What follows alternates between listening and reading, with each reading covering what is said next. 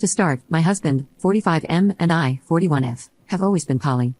We started as a poly couple, and it's always worked for us. Even though it's not drama-free or perfect, we're happy. We're also non-religious. He is an atheist and I am agnostic Jewish, and this was something we discussed when we got married 13 years ago, and it's never been an issue. He has a newish girlfriend he has been seeing, and she said she wasn't religious, but apparently lied to him. I suspect she does this to convert people. I've had brushes with missionary dating myself, and it's honestly super scummy because it always starts out with a lie.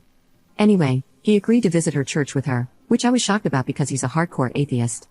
And now she's demanding he bring our 3 children, ages 4, 6, and 9, to her church and spun a big story about baptism, children's classes, and other family events she said she wanted to attend. She even suggested she take out our 2 daughters to a Mommy and Me Bible class for women. He said she called it a step-mommy and me class when talking about my girls. It made me sick.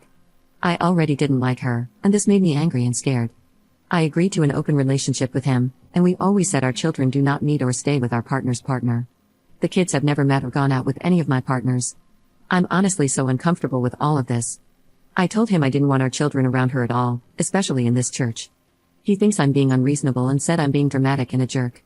Neither of us has ever taken our children around other partners before, especially when that partner is asking for alone time with them.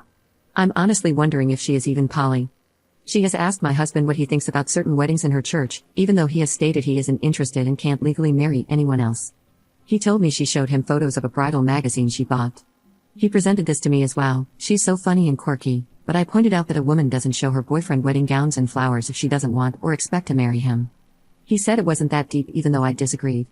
This is the first time I've been extremely uncomfortable about someone he's seen. I already told him I don't want to hear about her anymore, and our children are not to be around her. I usually trust him, but he seems deep in these rose-colored glasses with her, and I'm having serious doubts. He already broke the don't overshare boundary we have with parallel partners, and his atheist self went to pray to a God he doesn't believe in with her. I feel blindsided and I'm starting to think he may try to take the children to her church or even let our daughters go play stepmommy with her and her Bible group. I have discussed this with him, and he has honestly started making me so angry. It feels patronizing when he said I'm being dramatic and worried over nothing when clearly it's an issue. What should I do? Is there a perspective I'm missing here? Update 1. So a while back, I posted about my husband seeing a new woman who wanted to take our children solo to a Bible class at her church after dating my husband for only 3 weeks. When I originally posted, he was out of town on a boys' trip, and I was honestly getting ready to keep records for a messy but pretty normal divorce. So the boys' trip was real, sort of. He was gone with friends I know for 2 out of the 6 days. They posted tons of photos on social media, and I thought it was fine, but before he even got home, I reached out to one of the guys' wives I'm friends with and learned it was only a weekend trip. Her husband and the other guys were already back. So where was he Tuesday through Friday? When he got home, I asked him about the trip, obviously, and he immediately lied to my face. I showed him texts from his friend saying he was back home by Monday night. He changed his story and backpedaled, saying one guy came home early because he was sick. But I'd reached out to the other guys and they were all on flights back home Monday. He said they were lying because he was with them all week long in Vegas. I asked for photos. He refused. I asked where he really was. He refused. He was angry enough to keep his bags packed, grab some of his stuff from the bathroom and closet, and leave the house to go stay with his girlfriend. He made a big deal about not wanting to feel interrogated, and how I was the liar by going to his friends asking about his whereabouts. He said, once again, I was starting drama that I didn't really want. He said I was a bored housewife and had to stir the pot where it wasn't needed. He didn't know I had found all the details, receipts, messages, screenshots, etc., and already had a lawyer, and I was prepared to file. But then it got really nasty. He came back 2 mornings later, clearly expecting me to be at work, and he had his girlfriend with him. They walked in expecting an empty house, and when she saw me, she absolutely lost her mind. My fear is that now she is confirmed to know where I live, and he gave her a key to the house. She was dumb enough to try and shove it in my face and said, "This is my house now, bleep," and threw her keys at me. I started video recording them and got her on video threatening to steal my children and accused me of child abuse and touching. I wouldn't have to rescue your kids if you took care of them. No one would have to protect them if you kept your hands to yourself. I saw the sick crap you did. She called me a child toucher for recording her among other outrageous false accusations.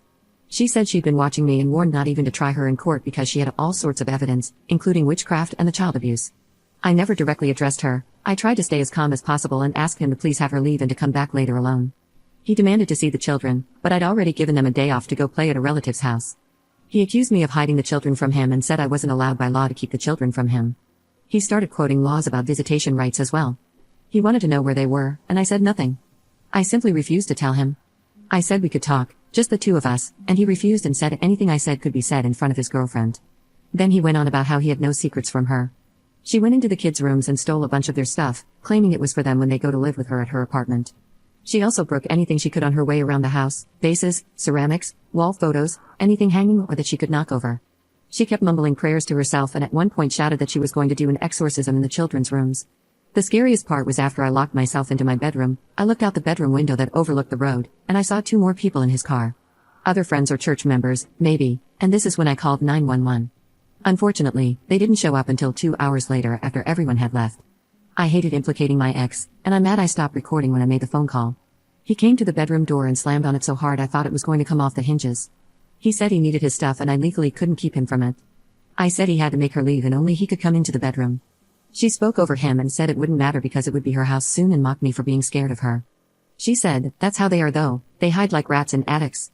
I couldn't help myself and started to cry, and I think that's when he said they should leave, or he'd heard me call the police. All in all, it was a terrifying experience. I've already called my lawyer. I also filed a police report, not that it did any good. They contacted my husband, and he denied everything and said I was a nutcase abusing the kids. They were absolutely useless. I changed the locks, and the kids are still staying elsewhere. Cleaning up all the glass and broken stuff all over the floor was honestly the lowest point I've ever been. I never saw this amount of crazy coming. I knew it was mostly over when I realized he'd lied about the trip. He's been texting me nonstop, but it's erratic, like emotional whiplash. He apologized for her threatening me and breaking my stuff. Said he asked her not to do that but did nothing to stop her. Then he turned around and threatened me if I went to a lawyer or the cops. Using language I've never heard him use, like how I'm possessed, how I have no right to my own children because I've hurt them. He even said he was sure I had been abusing the children and he had a confession from them. He's already started an online smear campaign against me, saying he's having to separate from me for abuse, child abuse, cheating, and something about tax evasion and money fraud. It doesn't seem like anyone believes him, though. Every reply is, "Hey man, you okay? Call me," or something similar. I had to convince my sister not to interact with him. Honestly, I'm still so shaken up. I realize I'm lucky no one physically harmed me. I have sent all the videos and photos of the destroyed house to my lawyer. To add more salt, I also noticed during the chaos that she's wearing an engagement ring.